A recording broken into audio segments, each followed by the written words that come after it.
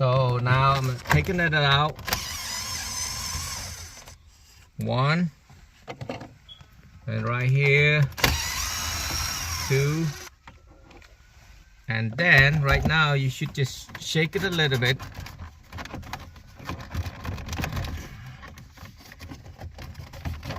Oh, I think there might be a shake, not shaking it, just kind of lift it up.